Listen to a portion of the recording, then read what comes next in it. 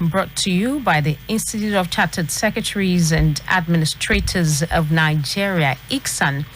I am Funmi Omoboriowo. ICSAN is a leading recognized professional body in Nigeria dedicated to enhancing the status and practice of corporate governance and public administration.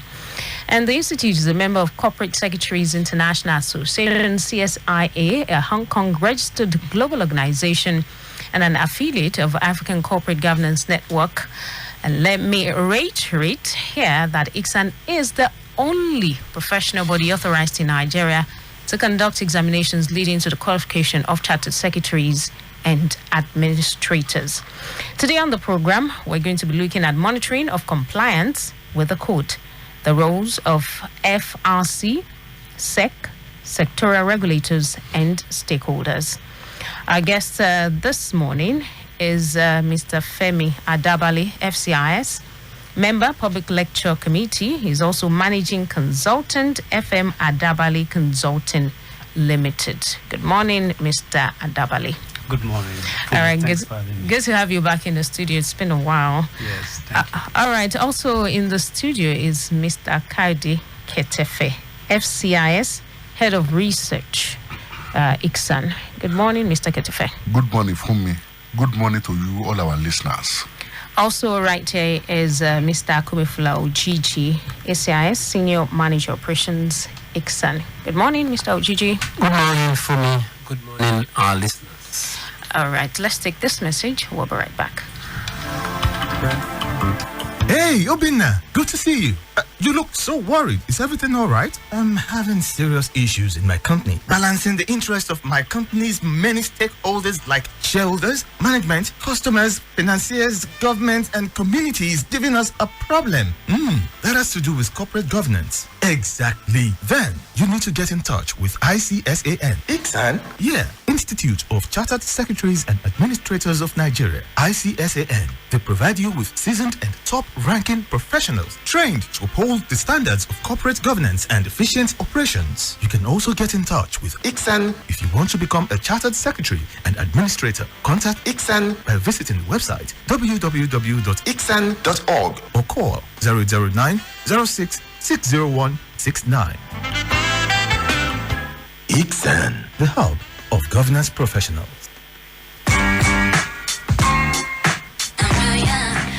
All right, ICSAN, definitely the hub of governance professionals. Like I said earlier, we're looking at monitoring of compliance with the code, the roles of FRC, SEC, sectorial regulators, and stakeholders. All right, Mr. Adabale, let's look at the issue of monitoring of compliance and its relevance in relation to corporate governance code. What do you say to it? If you want to begin, I would say that monitoring of compliance has become so important in corporate governance body in Nigeria and across the globe, because compliance itself provide, a situation where it's an obligation for every company to do that, because it helps, the company to avoid risk and then ensure long-term growth of the business and also facilitate successful business activities. All right. Since the code is voluntary and mandatory, now what purpose do you think monitoring of compliance will serve? First of all, I'll say that the reason or the purpose for monitoring compliance is actually to, seek a kind of institutionalizing corporate governance-based practices across the globe. Okay. Then second of all, I would say that is to enhance or promote organizations' values that will actually keep the organization going concerns. Now, what roles do regulators like Financial Reporting Council of Nigeria, the Securities and Exchange Commission, SEC, Corporate Affairs Commission, CAC, what roles do these regulators have to play in ensuring compliance with the code? Thank you very much. Financial Reporting Council of Nigeria has actually been the main body that's, championing, the drafting, the execution, implementation of the code itself. And this is very germane because FRCN itself, derive his role in his Act of number 6, 2001, subsection 7, subsection 2, which enforce and approve enforcement of compliance with accounting, auditing, corporate governance, and then financial reporting standards in Nigeria. So that makes FIRC Council and its Directorate of Corporate Governance act as the national coordinating body, responsible for the monitoring of corporate governance matters in Nigeria. Okay. So now SEC and then HODA have actually drafted guidelines, and then developed some mechanism, on a periodic basis in which, listed company can follow this code and then implement it. Okay. Now, what roles do institutional investors also have to play in ensuring compliance with the code? Okay, thank you. No doubt, institutional investment have always had a traditional role, of ensuring compliance to corporate governance code in Nigeria. These days, institutional investors are becoming even more important and relevant, as a component part of the, company. So they play a very strong role in corporate governance across the globe, not only in Nigeria. More importantly, they ensure and monitor board resolutions, decision of the board as it relates to corporate governance closely. They also sometimes demand a requisite for effective corporate governance practice. And all of these roles actually help the company, and they support the system, the business itself, to grow. Let's also look at sectorial regulators like NICOM, PENCOM, and the rest of them. What role do they have to play in ensuring compliance with the code? Okay, thank you. These are like, sectors that are very important and very vital, to business operations in Nigeria. Nikon, for instance, of course, has to publish at some time, and approve corporate governance guidelines, for all the players in their industry. And then don't forget also that they also accommodate the provision of the National Code of Corporate Governance, in their former sectorial code.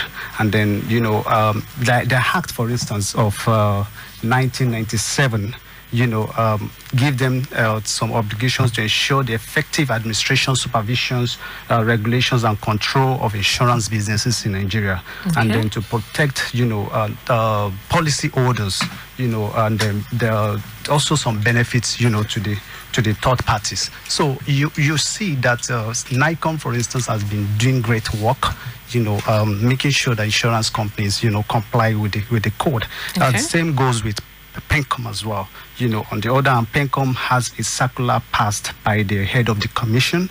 That should be about 3 years ago, if I'm not mistaken, 2018. On the which replaced the code of the corporate governance for licensed pension operators in 2008 with a new code of 2018, and then equally constitute with or try as much as possible to enhance this and then make sure that it complies with their, reforms of 2014. Okay. Now, is there any role for other stakeholders to ensure the provisions of the code are complied with?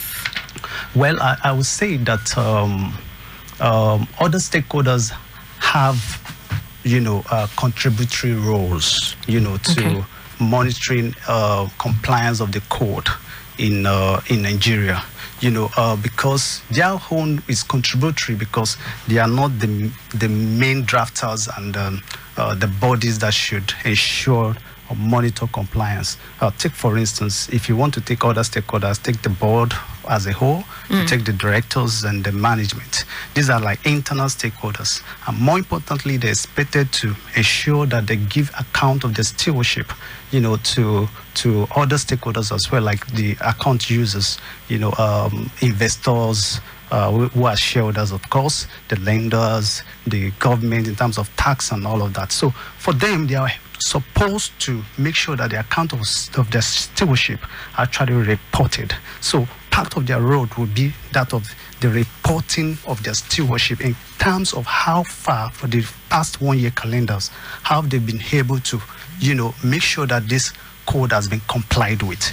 And then, of course, the management and the staff are expected to ensure that the accounts so reported are communicated to other stakeholders, like the communities. So the staff and the management are supposed to ensure that the communication system through different platforms of the companies, like maybe through their social medias, maybe through their website, are properly communicated to other stakeholders so that they will understand so far what the company has done, for the past 1 year calendar as it stands, or even for the past years, as it is. All right. Thank you so much, Mr. Femi Adabali. Mr. Ketefe, let me come over to you. Thank you very much for me. The first announcement today is on the workshop being organized by the Asian Training Department. It is titled Statutory Returns and Regulatory Compliance Workshop. It is holding on Tuesday, May 11, 2021. The time is 10 a.m. prompt. The guest speaker is a partner at Banwo and Igodalo firm, Mrs. Toyi Basir, ACIS. The workshop will equip participants with the information and knowledge on many things they wish to know about statutory returns and regulatory compliance. All professionals in the field of corporate governance are encouraged to participate. The participation fees are as follows. Member, 20,000 naira. Non-member, 25,000 naira. For further inquiries, please contact Eweje on 080-6152-4764. I take that again. Please contact Eweje for further inquiries on 080-615-24764. Thank you. All right. Thank you, Mr. Ketefe. Mr. Ojiji. Yeah, thank you very much for me.